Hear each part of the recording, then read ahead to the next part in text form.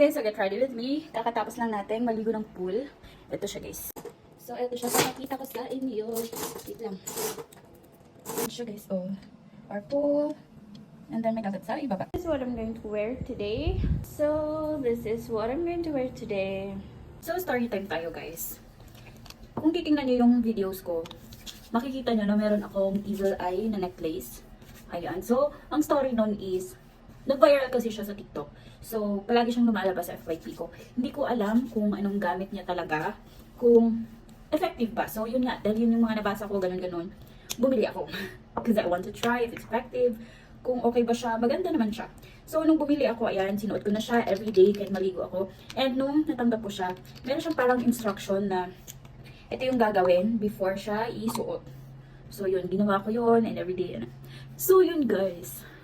A few days ago, meron ako mga naririnig na mga negative thoughts about me from this person na kaya siya ganito, ganyan. And then, all of a sudden, nasira yung evil eye ko na necklace. So, wala ko incidents, diba? So, yun nga, hindi siya nasabit, walang nangyari, ganun. Nasira lang siya bigla. So, yun nga, nasira na lang siya bigla. Magvo-voice over ako dahil ang hirap palang mag-story time na may ginagawa ka sa mukha. Yun na nga guys, so yung una is trip ko lang siya pero ngayon parang naniniwala na ako sa evil eye.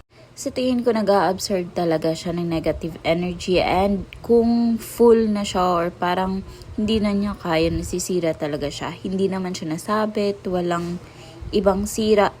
Bigla na lang siyang natanggal sa liig ko. Pagka-check ko guys is okay naman yung lock ng chain niya. Yung yung evil eye, yung pendant is nabasag siya guys.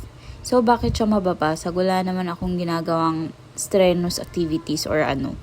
So yun nga, naniniwala na ako sa evil eye. And guys, kung meron kayong alam kung paano siya gamitin, kung saan kayo makakabili ng mas maganda or mas effective, ayan, i-comment nyo dahil gusto kong bumili ulit.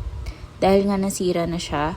And gusto ko pa siyang mas maintindihan kung paano siya gamitin, kung anong use niya, anong benefits, anong effects, ganun. So guys, if you know something, please comment kung anong mga pwede kong malaman.